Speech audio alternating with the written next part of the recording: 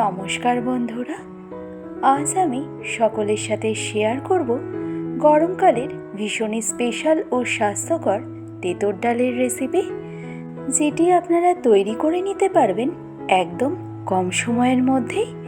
আর যেহেতু এই ডাল মূলত উচ্ছে ও লাউ দিয়ে তৈরি করা হয়, তাই গরমকালে এই ডাল আমাদের শরীরকে ঠান্ডা রাখতেও সাহায্য করে। তো তাহলে আমাদের আজকের এই সুস্বাদু ও স্বাস্থ্যকর তেঁতুর ডালের রেসিপিটি শুরু করা যাক। আর আমি প্রিয়াঙ্কা আপনাদের সকলকে আমার চ্যানেল ডেলিশিয়াস রেসিপি বাংলাতে স্বাগত জানাই।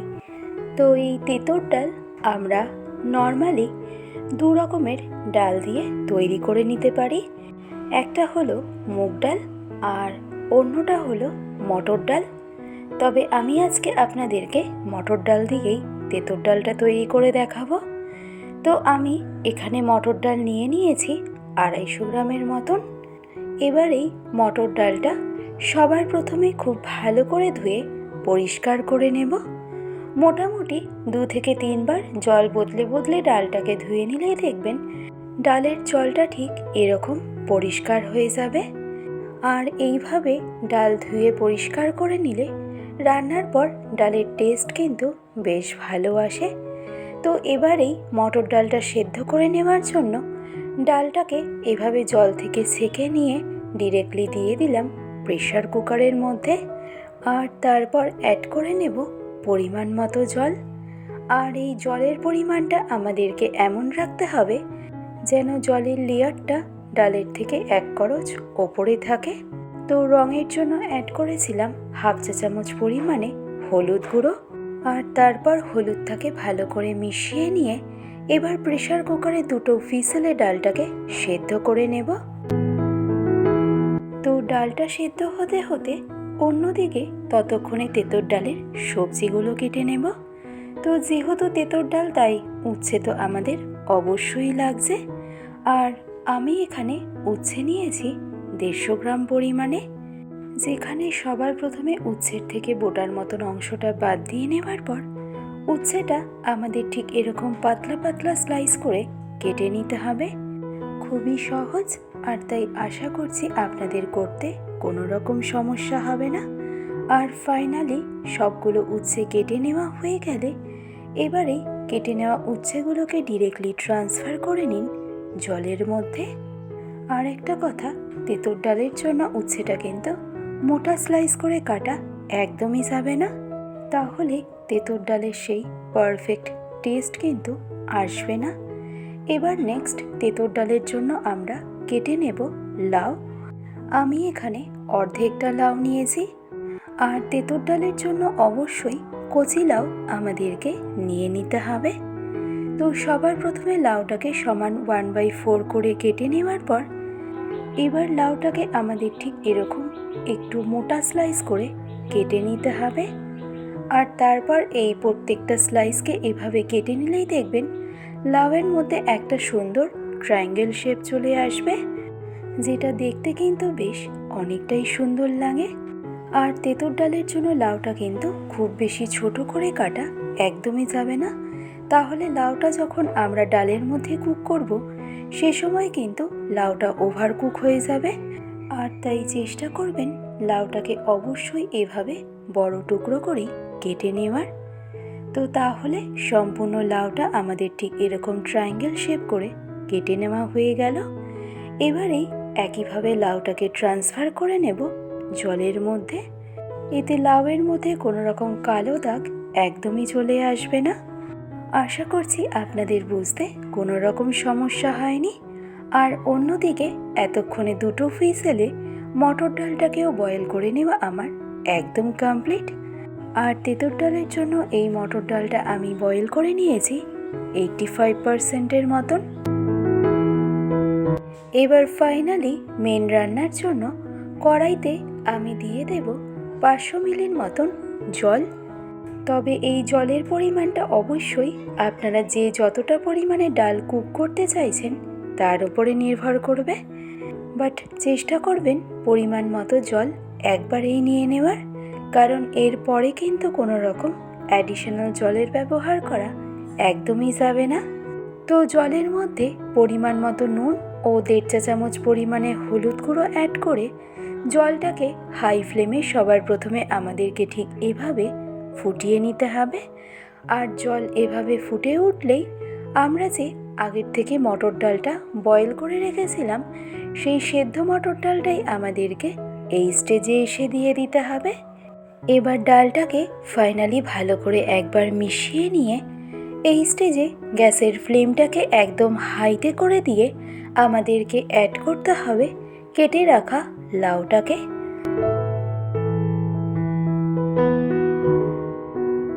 এবার এই লাউটা ডালের সাথে আমাদেরকে বয়েল করে নিতে হবে। বাট লাউটা আমাদের ঠিক কতটা বয়েল করতে হবে সেটাও আমি আপনাদেরকে বলবো। তবে তার আগে লাউটা যতক্ষণে ডালের মধ্যে বয়েল হতে থাকছে ততক্ষণে অন্যদিকে ডালের বাকি প্রিপারেশনটা করে নেওয়ার জন্য অন্য একটা কড়াইতে আমি দিয়ে দিলাম 2 টেবিল চামচ পরিমাণে সর্ষের তেল। মিডিয়াম টু হাই ফ্লেমে তেলটাকে খুব ভালো করে গরম করে নেব। আর তেল ভালো করে গরম হয়ে গেলে এবার এই স্টেজে এসে অ্যাড করে নিলাম আগে থেকে কেটে রাখা উচ্ছেটা। এবার এই উচ্ছেটাকে আমাদের ফ্রাই করে নিতে হবে গ্যাসের ফ্লেমটাকে একদম মিডিয়াম টু হাইতে রেখে। আর উচ্ছেটা খুব ভালো করে ফ্রাই করা কিন্তু ভীষণভাবেই জরুরি, কারণ উচ্ছে ফ্রাই করার ওপরেও কিন্তু তেঁতুর ডালের টেস্ট অনেকটাই নির্ভর করে থাকে। তো মিডিয়াম টু হাই ফ্লেমে উচ্ছেটা আমাদের ততক্ষণ পর্যন্ত ফ্রাই করতে হবে যতক্ষণ না উচ্ছের মধ্যে ঠিক এরকম একটা লালচে কালার চলে আসছে। খেয়াল রাখবেন উচ্ছের মধ্যে যেন কোনো রকম সবুজ ভাব একদমই না থেকে যায়। আর ফাইনালি উচ্ছে ফ্রাই হয়ে গেলে এবার এই স্টেজে ফোড়নের জন্য অ্যাড করলাম 1 চা চামচ পরিমাণে রাঁধুনি ও 3টে মিডিয়াম সাইজের তেজপাতা। এবার এই ফোড়নটা জাস্ট 10 থেকে 12 সেকেন্ডের মতন একটু কুক করে নিয়ে আমাদেরকে ঠিক এই পর্যায়ে এসে অ্যাড করতে হবে আদার পেস্ট। তেঁতুর ডালে কিন্তু আদার পেস্টের ব্যবহারটা আমাদেরকে একটু বেশি পরিমাণেই ব্যবহার করতে হবে, কারণ এতে তেঁতুর ডালের মধ্যে কিন্তু একটা সুন্দর ফ্লেভার এনে দেয়। তো আদার পেস্টটা ভালো করে মিশিয়ে নিয়ে এবার টেস্ট ব্যালেন্সের জন্য অ্যাড করলাম 1/2 চা চামচ পরিমাণে চিনি ও রঙের জন্য অ্যাড করলাম 1/2 চা চামচ পরিমাণে হলুদ গুঁড়ো। এবার জাস্ট 1 মিনিট সময় ধরে আদার পেস্টটাকে আমাদের কুক করে নিতে হবে যাতে পেস্টের মধ্যে কোনো রকম কাঁচা গন্ধ না থেকে যায়। তো আমি এখানে যতটা পরিমাণে ডাল কুক করছি সেই অনুযায়ী আদার পেস্টের ব্যবহার করেছি 40 গ্রামের মতন। অন্য পাশে দেখুন এতক্ষণে ডালের সাথে লাউটাও কিন্তু বয়েল হয়ে গেছে। আর লাউটা আমাদের বয়েল করে নিতে হবে 80%-এর মতন, কারণ এর থেকে বেশি যদি লাউটা বয়েল করা হয় তাহলে লাউটা কিন্তু ওভার কুক হয়ে যাবে আর তেঁতুর ডালের সেই পারফেক্ট টেস্ট কিন্তু আসবে না। তো এবারই লাউ সহ ডালটা ডিরেক্টলি ট্রান্সফার করে নেব উচ্ছের মধ্যে।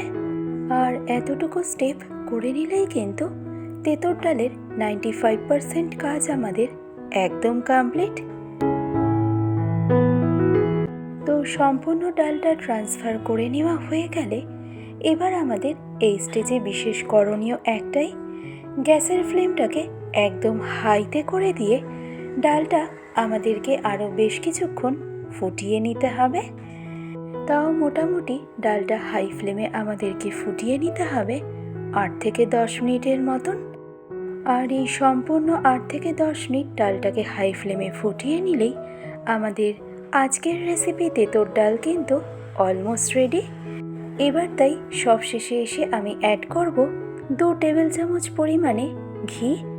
ঘি কিন্তু আমাদের এখানে মাস্ট, এতে তেঁতুর ডালের টেস্ট দ্বিগুণ মাত্রায় বাড়িয়ে দেয়।